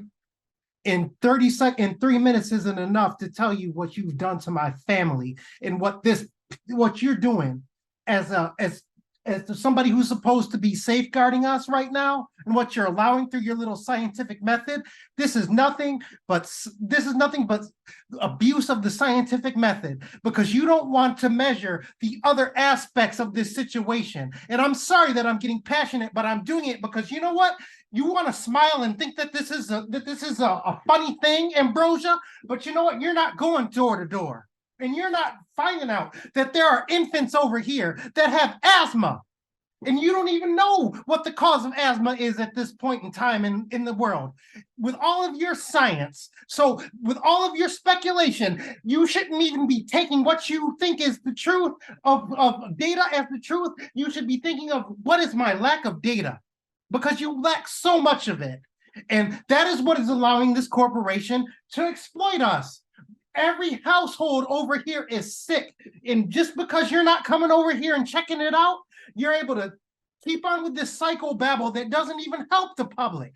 The public aren't chemical engineers. They're not in the job description that you are. They're not living in the clean air that you have for yourself. And you should come over here and feel what I feel, dealing with this every day, smelling this every day, dealing with this constantly, because we can't even open our windows. The noise is too loud, so you can even get sleep enough to go to work the next day. You're not thinking straight. You're just thinking in numbers. You're just thinking in data. Mike Cox comes over here, and you know what? He doesn't even get out of the car. He doesn't even get out of the car to test this. He says that the meter that he has doesn't even check what the level of hydrogen sulfide is. You've tricked us and you've made us think that hydrogen sulfide is the only thing that we're supposed to be focused on. And you want to exploit people like me because I'm angry and passionate, because I've been dealing with this for 36 years. A paycheck doesn't come to me for feeling this, y'all. This is raw, man. This is what I deal with. This is what I have to learn and understand for nothing. Because I have to protect my community and I have to protect myself, because you're allowing this to happen to us. You're allowing us to die. You're killing us. And you know you're killing us. Get off your intellectual high horse. Get off all of this scientific crap, because you're not measuring everything. I challenge you to go door to door and find one door that doesn't have respiratory illness comorbid with kidney problems. Because there are comorbid illnesses throughout every single chemical that is going on with people that is being exposed in this neighborhood right now, here today. And just because I'm speaking like I'm speaking right now, you don't want to think that I'm speaking the truth. But the truth comes in all ways, and it comes in all directions, and it comes in all types of ways. And you know what? I'm speaking it to you right now, and you're killing us right now. This place needs to be shut down right now, and I shouldn't even have to be worried about this. This is the largest paper recycling. You've got about 30 seconds left. Just letting you know, Mr. Dancer, you've got. And I feel like I've said all that I've needed to say. But you know what? Y'all need to listen to me, man, and you need to listen to God. And I don't even know how you sleep at night. If there's something that you got that I don't, that allows you to sleep at night, I want you to let me know, because you know what? All I know is that these chemicals coming in through my air conditioner, in my My fan, they're making it so I can't sleep, and I still got to go to work and do every last thing that you have to do as a person who gets to breathe clean air. Shut them down, please. Quit blocking for them. You're supposed to be here protecting us. Thank you so much for your comment. We do appreciate it. I'm going to call the names of 3 other people, Joe Byers, Iris Potter, and David Bennick. If you would like to raise your hands.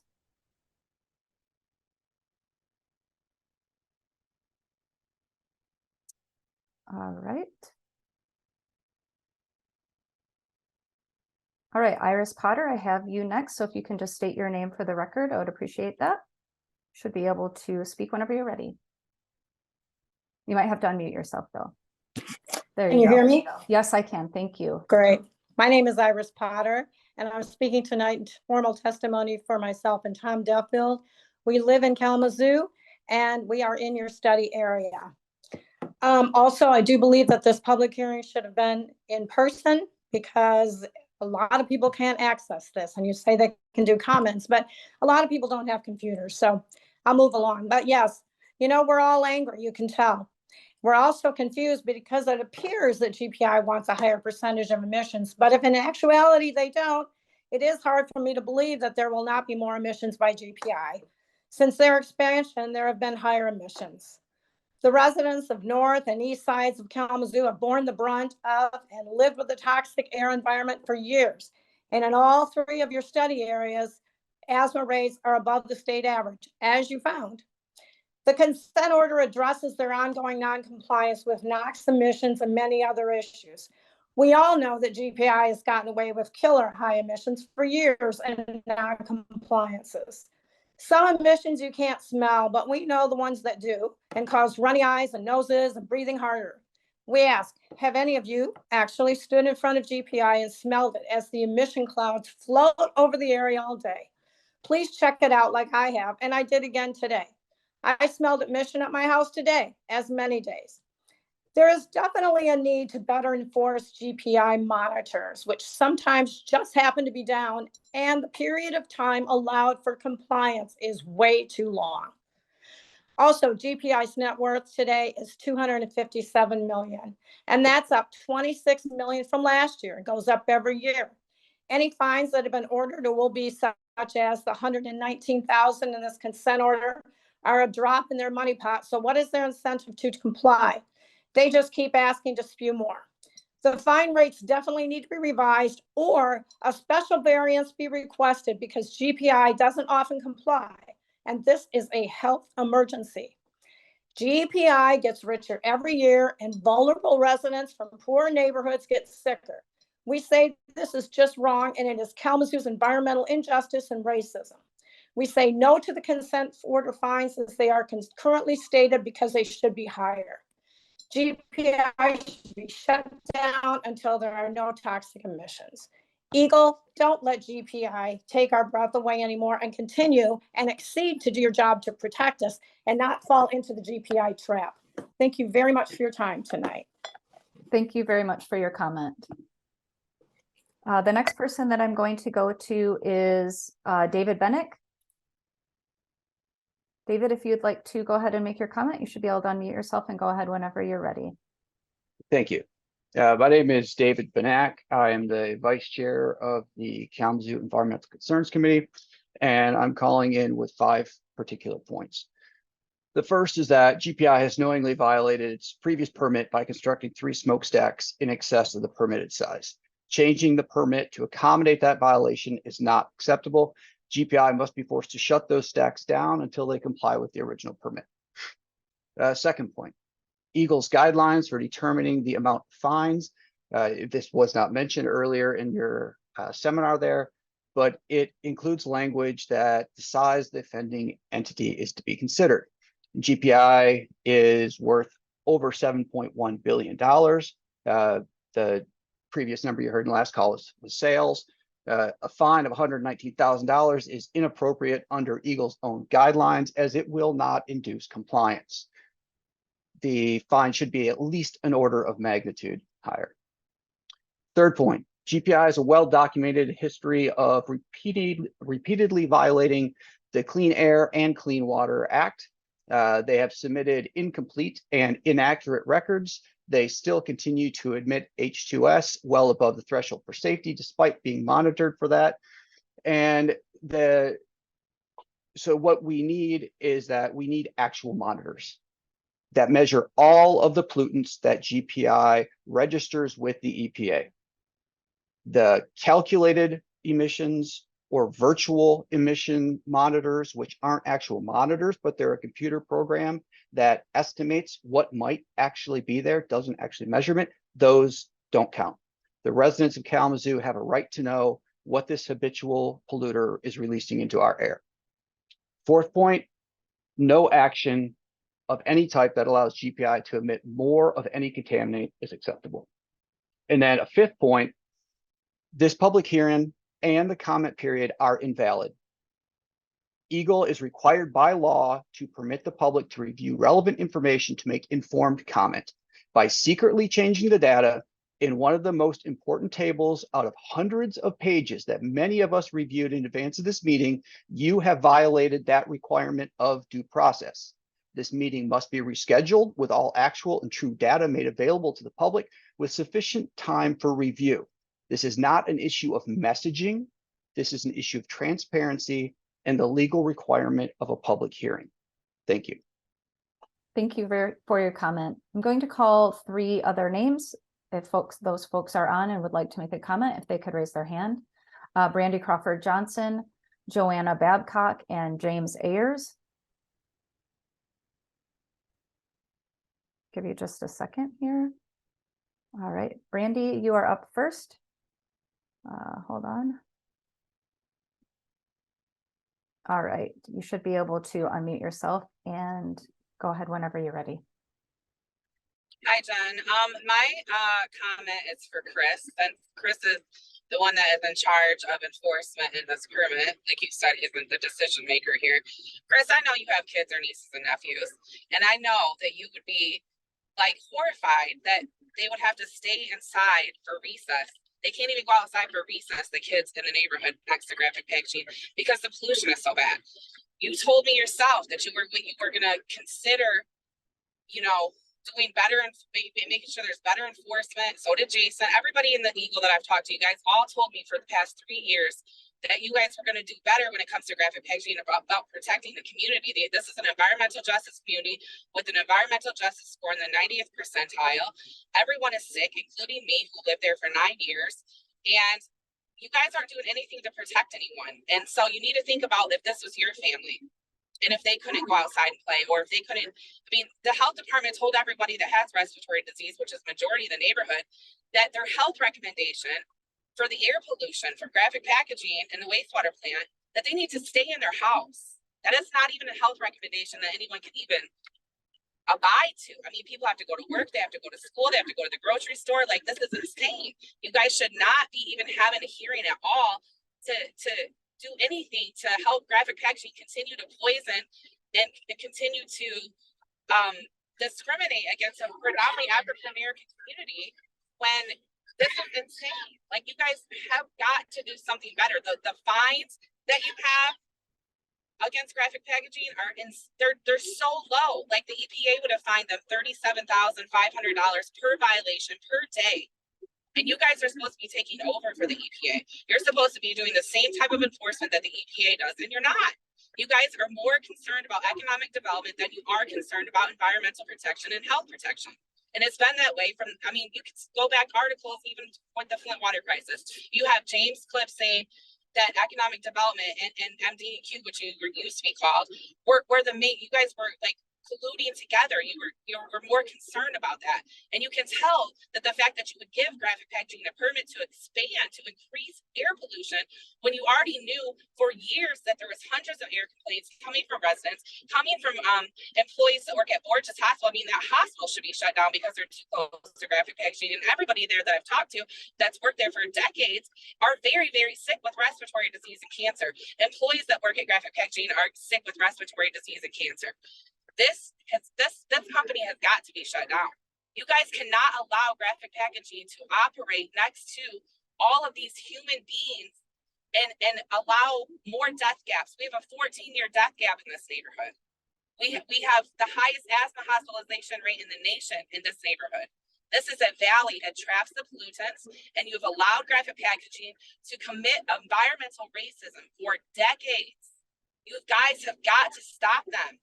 You're the one that can do it. You guys can make the changes, and you have to listen to everyone, because we called into these public hearings for years and you've never listened. Even when we called in for the permit before, you knew graphic packaging started the expansion before you even gave them a year permit. Brandy, And you've got the fine about for 30 more that is seconds. insane. Just letting you know, Like, you sorry, you guys got should 30 more seconds. That's fine. You should have shut them down when they started the expansion without the air permit. That was a perfect way to shut them down to help protect the community, and you didn't take it. So what I'm saying is, you need to start doing your jobs. You need to start regulating and enforcing this company, and really you just need to shut them down, because more people are dying, more people are getting sick. The pollution is spread over to more neighborhoods in Kalamazoo, and a lot of these people are commenting tonight, live in these neighborhoods. These children are sick at school. You guys have got to do your job. And I'm begging you, Chris, man, please think about the people. Don't think about the corporation. Think about the people and protecting health and the environment. Thank you. Yeah, thank you so much, Brandy. Joanna Babcock, you're going to be up next, so you should be able to just say your name and start your comment whenever you're ready. My name is Joanna Babcock. I guess I'm here to reiterate, that our Northside community is experiencing environmental racism. Their life expectancy shortened by greed. You hide behind the rules and regulations that are outdated and useless to Black communities because environmental racism is systemic, and you've proven that. White supremacy and systems such as Eagle, who are smokescreens for corporations ruining our environment. You have been around many years, and yet we have the environmental crisis, the destruction of our green spaces in our Northside community, who is predominantly Black, living under plumes of toxins, irritants, disease-causing emissions from graphic packaging. It's blatantly greedy. This is crimes against humanity, and it's on your hands, historically, systemically, inherently racist. I just want to remind you of your mission, values, because as we see in real time in the Northside, you don't care. There is a blatant lack of concern and urgency for solving systemic issues due to rules and regulations. Your mission is to protect Michigan's environment and public health by managing air, water, land, and energy resources. Please do this on the Northside. The fine is a joke. It's only 0.00166% of GPI's worth. And now that it has been explained, it's even more ridiculous that the rule is so outdated. Your vision is that a Michigan that respects people, treasures natural resources, and fosters thriving communities throughout our peninsula. Is the Northside community thriving? What does respect mean when Eagle's actions, your actions, continue to allow GPI to kill? Your values. Eagle makes reasoned decisions within the bounds of state and federal laws and informed by science. Eagle delivers solutions that reflect our mission and equitably serves the interests of Michigan residents. I can't even believe equity is in the values, because as the community sees it, Eagle has only served to stall the interests of Michigan residents for the interests of the rich. And you have been very lenient with graphic packaging. Eagle serves the public. Eagle is accountable and responsive to all Michigan residents. We hold ourselves to the highest standard of government ethics and vigilantly steward public funds. We can all acknowledge that this government is systemically racist, that it thrives on racism and the destitution of Black and brown people historically. Why don't you steward public funds to the Northside and solve environmental racism? Eagle communicates, Eagle proactively collaborates and engages the public to make informed decisions. We tell our story. We don't need to hear your fabricated classist story. We need to see the results and the direct actions for protecting the environment and Black and brown people who are disproportionately impacted by your neglect. So far, we have not seen any benefit in the Northside. If anything, the crisis is worse. Disenfranchised. Meanwhile, GPI pays pennies in fines. No real consequences from Eagle. Why? Eagle leads and takes a strategic approach that accounts for the impacts of today's actions on future generations. The faulty strategic approach is white-centered and rooted in colonialism and does not serve Black and brown people. The impacts of GPI today are hurting the future generations now. Emissions cause cognitive issues and neurological issues that are hindering children from learning, thriving in schools, as well as facilitating violence and the school-to-prison pipeline. This is the systemic part you so blatantly ignore when considering GPI's increase in emissions, when considering anything to do with GPI besides shutting them down. wake up and gain class consciousness and realize that this is systemic, and both of you are directly responsible for this, because you're about to make this decision, Chris. You're about to make this decision when you should be making the decision to shut this down. But you don't, because this is not for the public interest. This is for the interest of those who who have funds, right? Because Black and brown people on the north side, who listens to them, right? You said it yourself. What the public Joanna, views, you've got the about 30 seconds left. I apologize for Thank butting you. in. What the public says now obviously doesn't weigh on your decision, right? You base yourself on rules and regulations that do not serve the people that need to be changed. Stop relying on those things to tell us that you can't do more, because you can. You literally can change that. You literally can be on our side saying, you know what, that isn't enough. It's not making an impact on GPI. Yet you sit there and say, well, that's the rule. That's the regulation. That's what I have to do. No, you do not have to do that. Stop telling us that. Stop going back to your nice houses with your nice paychecks and not doing anything for people who need your help, who are relying on you to save their life. These lives are on your hands. This blood is on your hands. Thank you. Thank you, Joanna. I appreciate your comment. James Ayers, you're going to be next. You should be able to unmute your mic and go ahead whenever you're ready. Can you hear me? I sure can. You're a little bit quiet though, so I don't know if you can get a little closer to your mic. It might be helpful.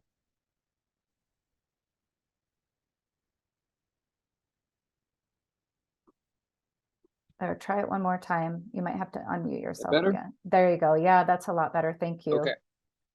I'm James Ayers. I am running for Kalamazoo City Commission. I'm also an East Side resident and live with this and the consequences of graphic packaging. I want to thank the folks from Eagle for giving time this evening and going through everything that you've gone through and presented. I appreciate the service that you're doing for the state. I would like to suggest that if you're having trouble getting data, perhaps partner with the Department of Health and Human Services and fund a longitudinal study of Kalamazoo Promise grads.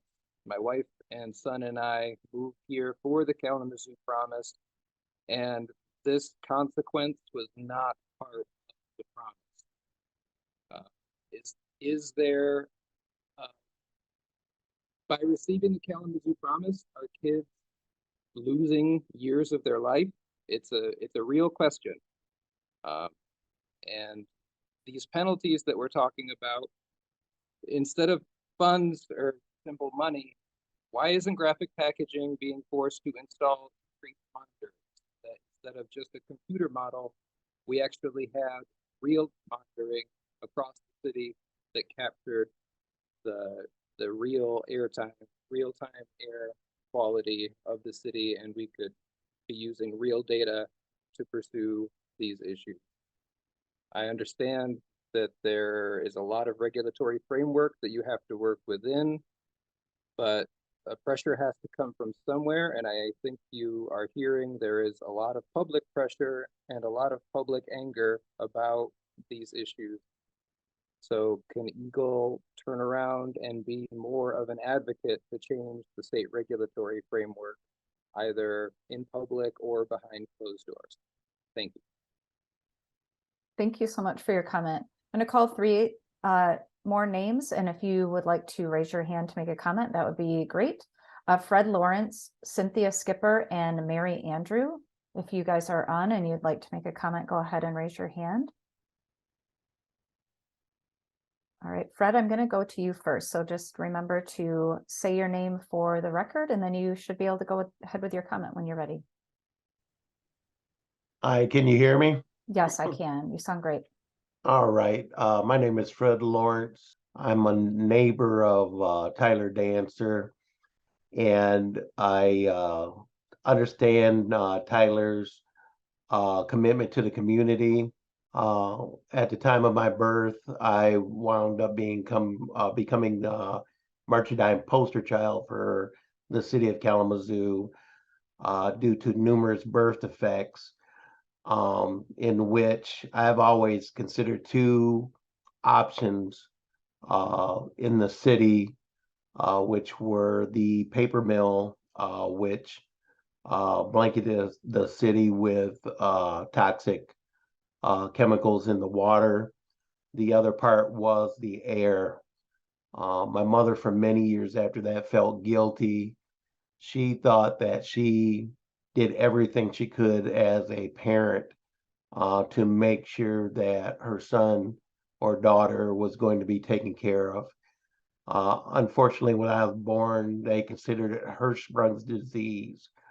Finding out later that the paper mill was spewing out these toxics areas, I was very curious, and later on in life could not prove that the former Brown Company, Southern Paper Company, now Graphic Paper Company, was a part of my disability.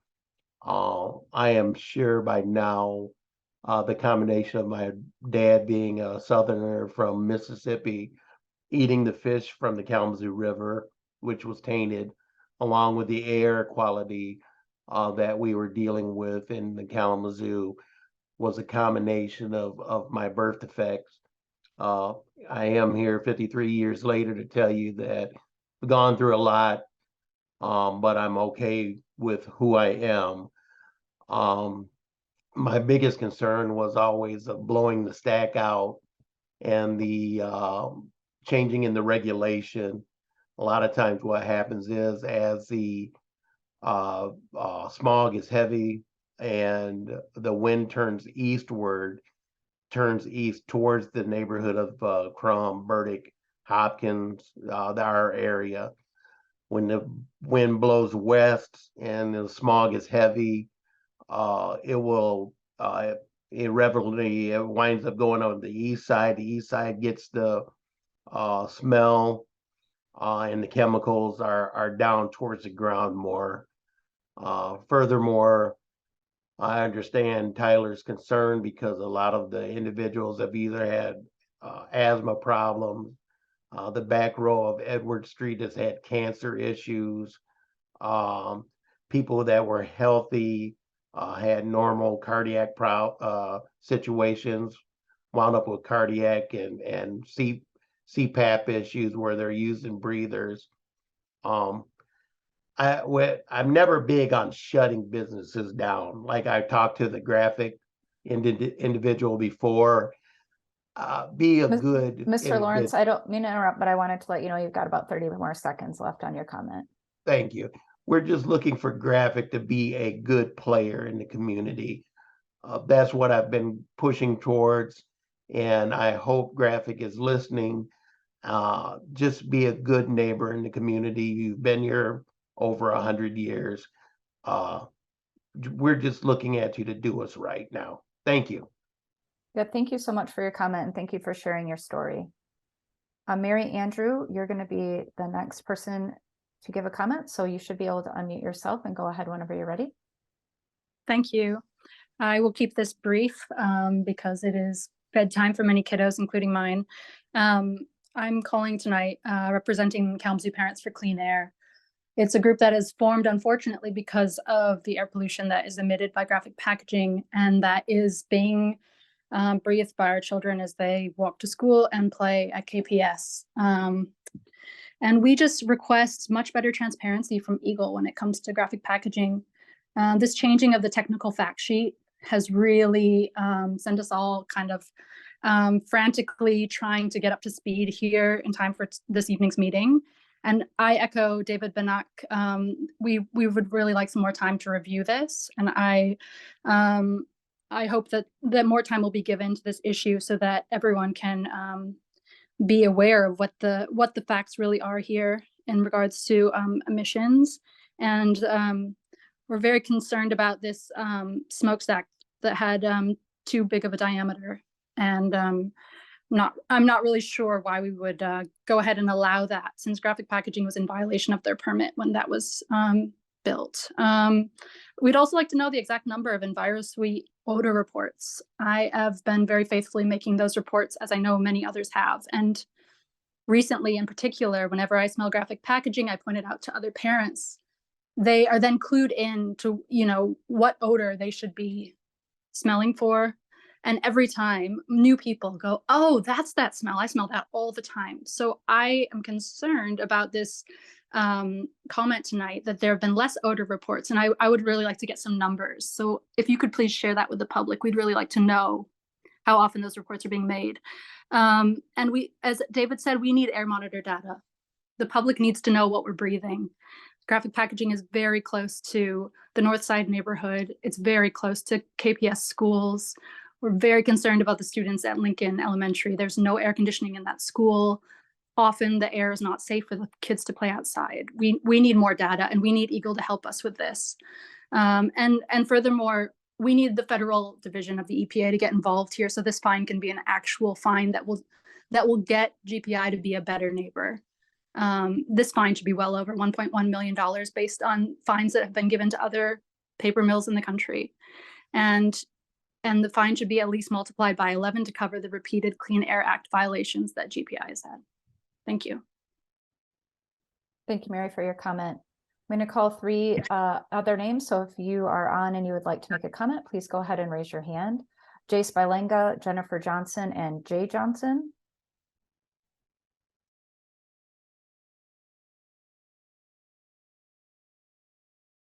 Just give you a second to get your hands up there.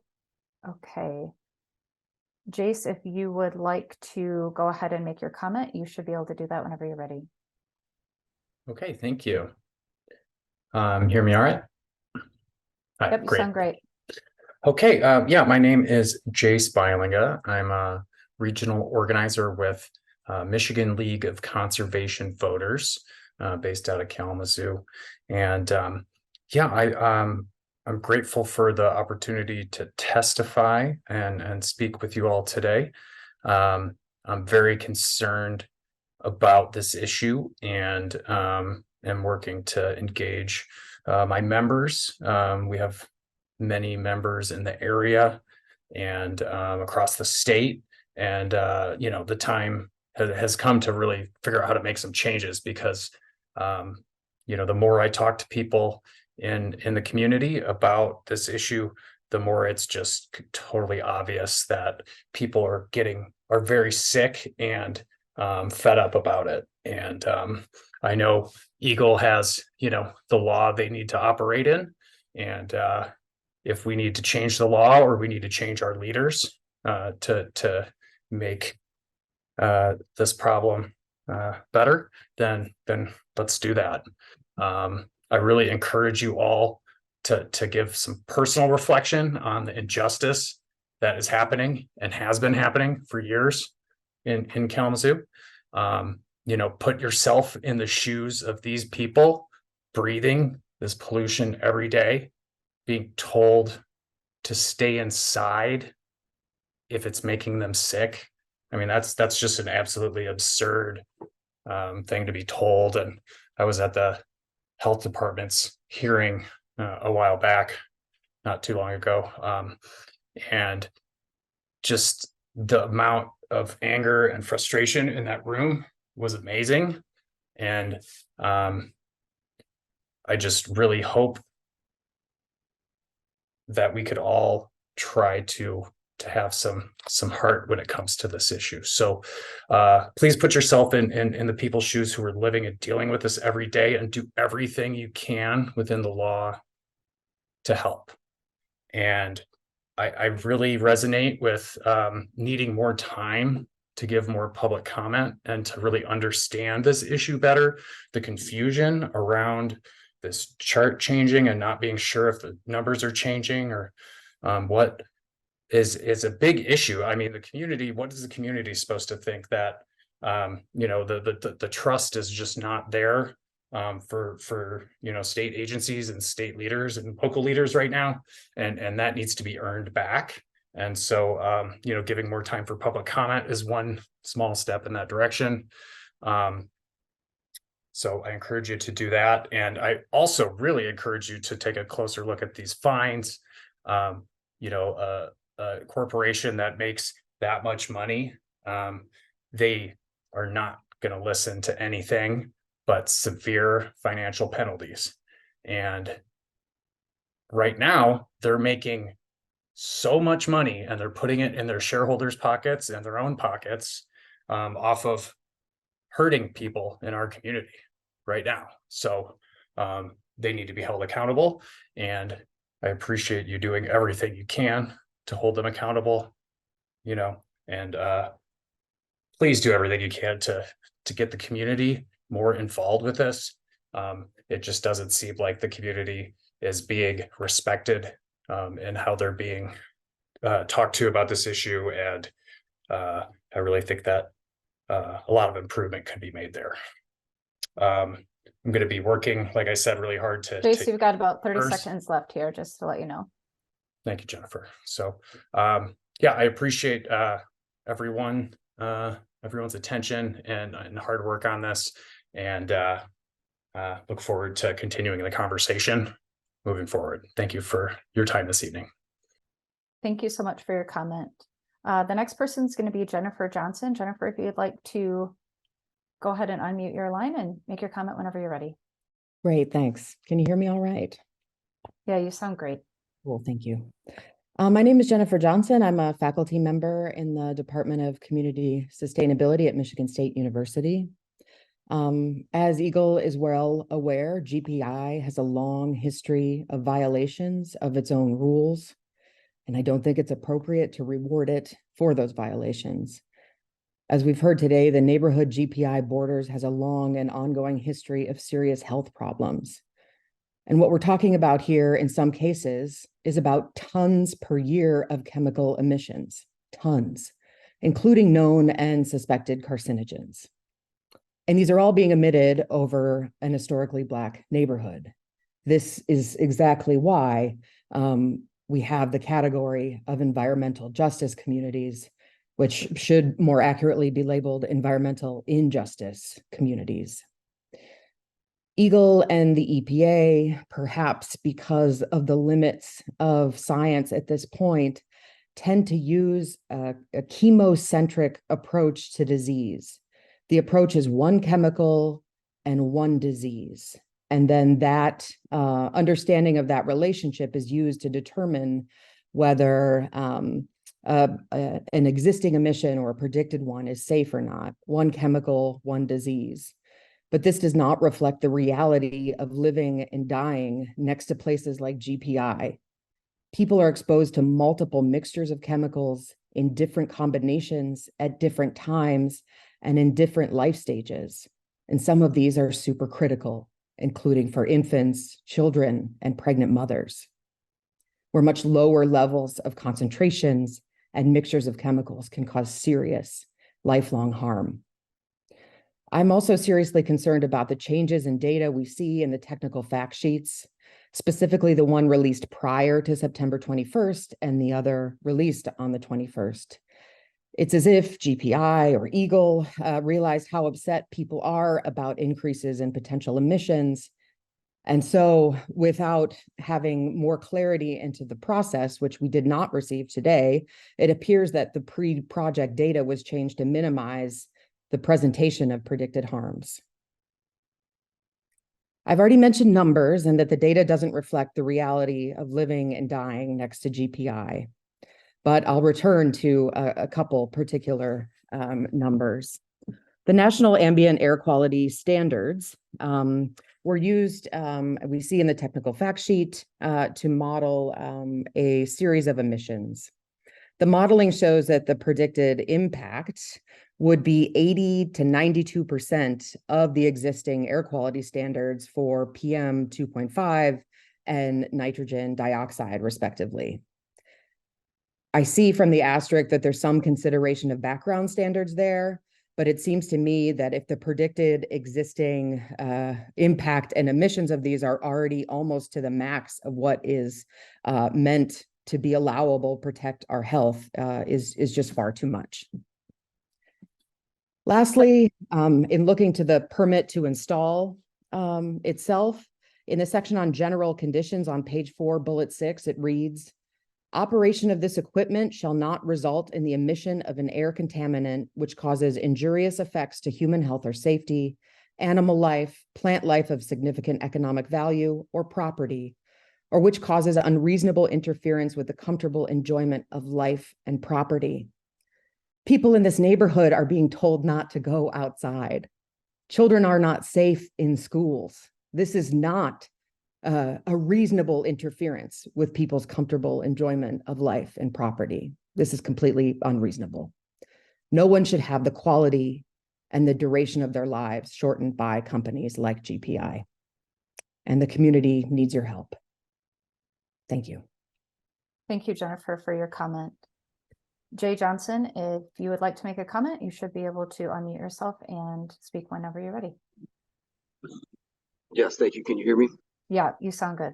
Thank you. Yes, Jay Johnson, lifelong Kalamazoo resident, father of a 10-year-old daughter, former North Glade student, and a 5-year-old. And this is a complete farce. This is a complete farce, and it's a classic example of environmental racism. The state of Michigan, our county, the city, and GPI need to be held accountable. For the record, we say no more emissions, and we want graphic packaging shut down immediately. What is more important than clean air and clean water? We see through the propaganda. We see through the propaganda. And it's really a sign of our economy that we will make millions of dollars by any means necessary at the expense of the health of children and communities, and it's got to stop. What's more important to protect in our environment? The citizens are not informed, and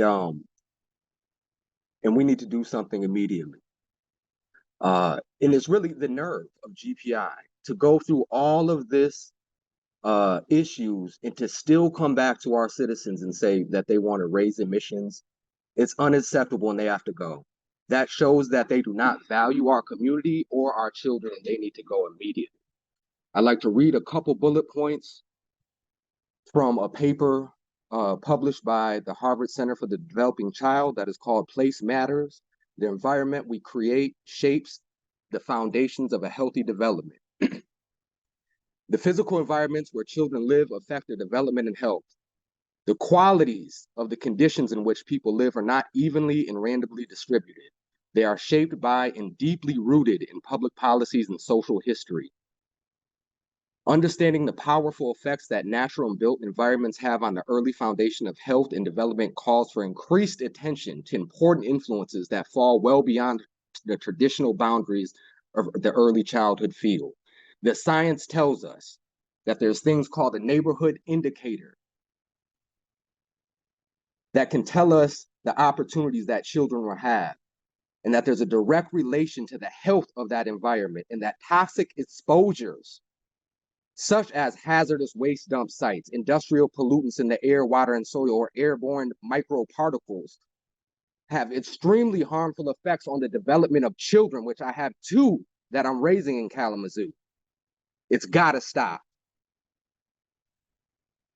Environmental exposures early in life can cause lasting changes in developing biological systems.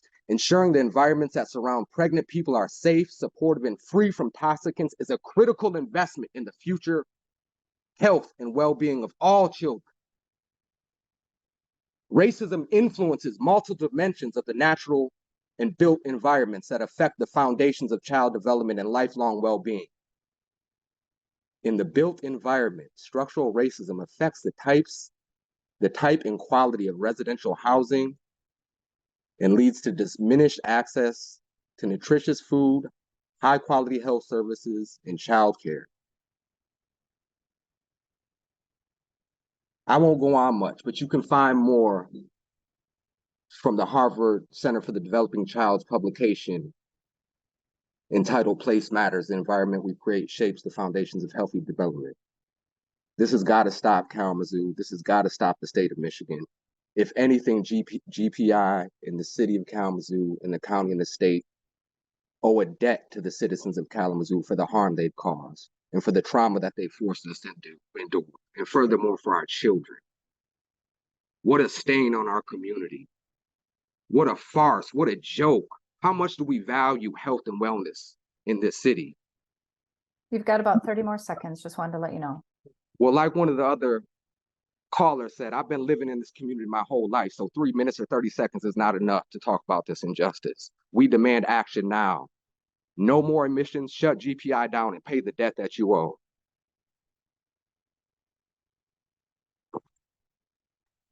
Thank you so much, Mr. Johnson, for your comment. I have one more person whose name was on the list to start with. I do not believe they are on, but I want to call their name anyway. But if there's anyone else that would like to make a comment, I know we at least have one person with their hand up already, but you can go ahead and put your hands up. Doris Day Unique was the last person that I had on my list.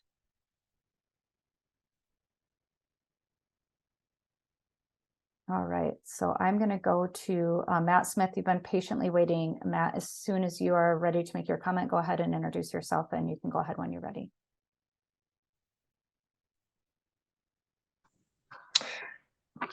My name is Matt Smith. I've lived in the Vine neighborhood of Kalamazoo for 9 years. Our house is 2 miles from Graphic Packaging.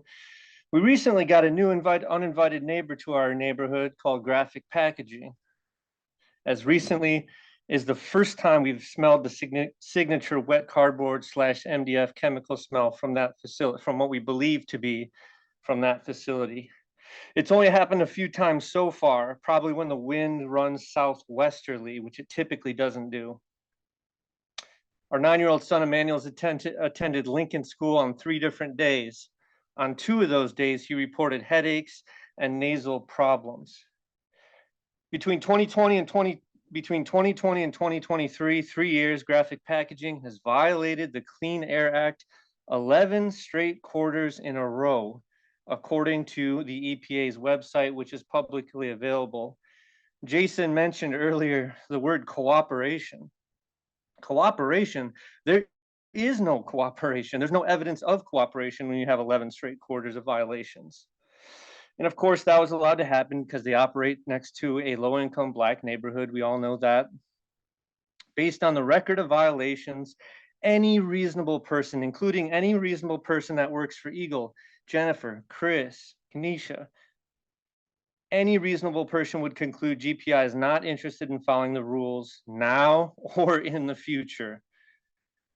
Issuing them a permit, they're going to take the permit, they're going to walk to the nearest bathroom, and they're going to wipe their buttholes with it.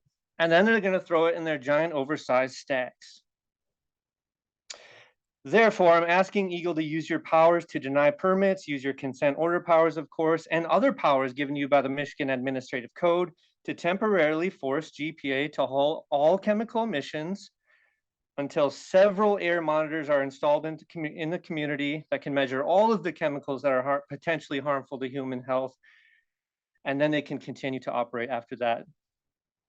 The World Health Organization determined that schools should have a 2-mile buffer between hazardous facilities. Yet there are 8 Kalamazoo schools within 2 miles of GPI.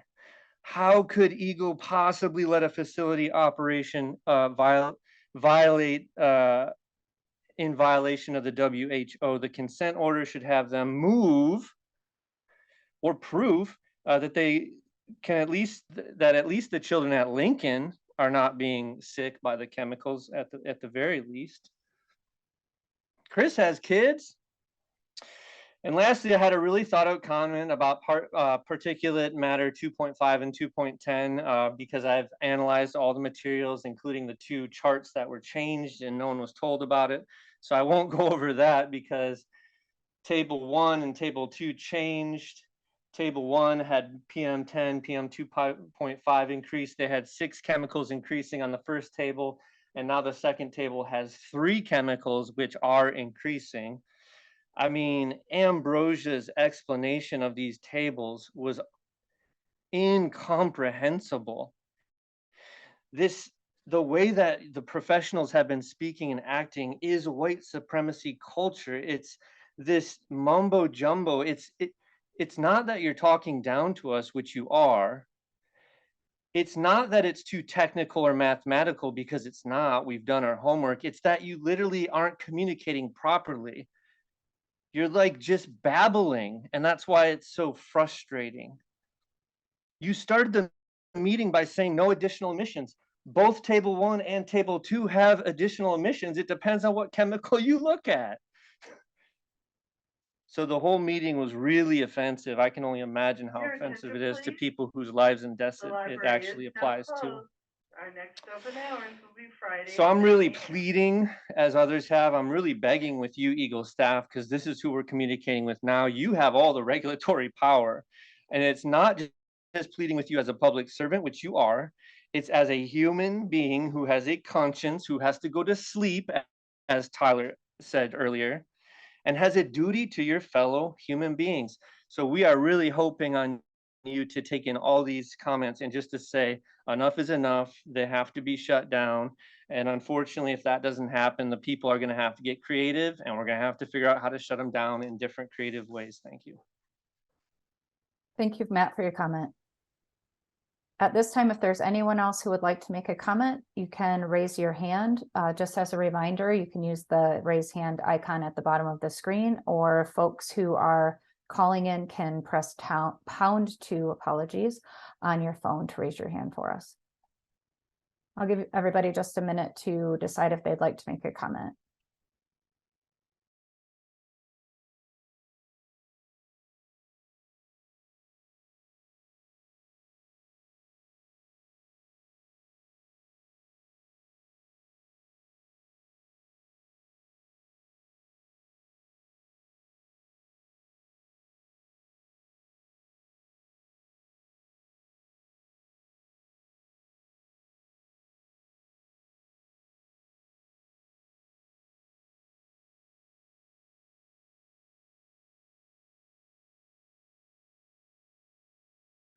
All right, looks like we've got a hand up.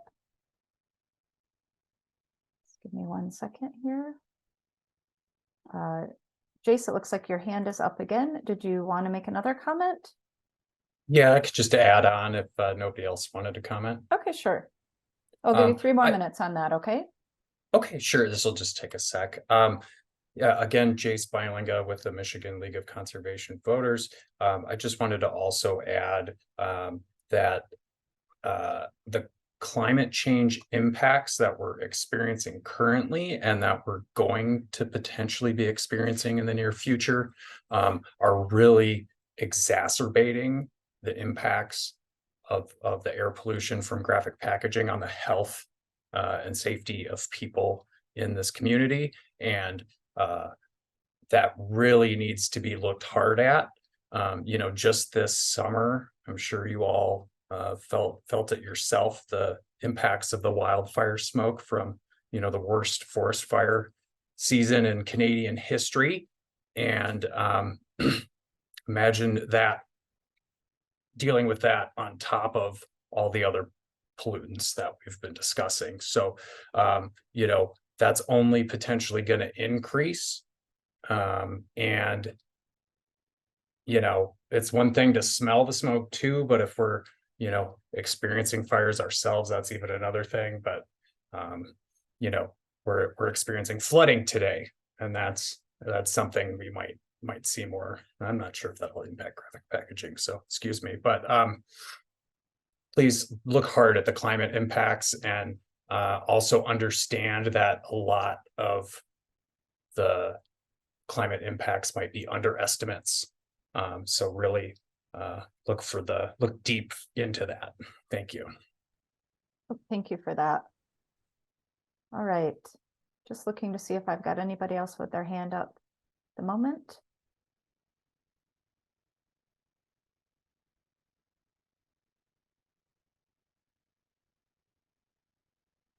Not seeing anyone right now, and I'm seeing folks taking off from the meeting, which it's been a long one, so I appreciate that folks have other things going on. Chris, are you okay with us stopping the hearing? Okay. Yes. All right, thanks. Sorry, I couldn't see you for a second. Okay. I just have a quick statement to read to close the hearing out, and then a couple other things to go over before we end the meeting officially tonight. If you have to take off now, you can, but we do have a couple other things to talk through. Okay, so, oh, Fred, I just saw your hand go up. Did you want to make another comment really quick? Yep, just real Okay, quick. yeah, Can sure. you We hear me still have okay? time. Yeah, we still have time. It's a little bit after 8. We aren't on a time crunch, but I know people are wrapping up. So go ahead No, I whenever just, you're ready. Chris, I just want to, I appreciate that you've taken the time to listen, and Eagle is taking the time to listen. I trust that you'll be doing the best for our community. I know people don't see eye to eye, but especially poor Chris has been sitting patiently listening. I hope you absorb everything that we've been talking about today. And I just want to thank you very much for taking a time out of your day. I know it's part of your job, but for listening. Thank you. Yeah, thanks, Fred. Appreciate that.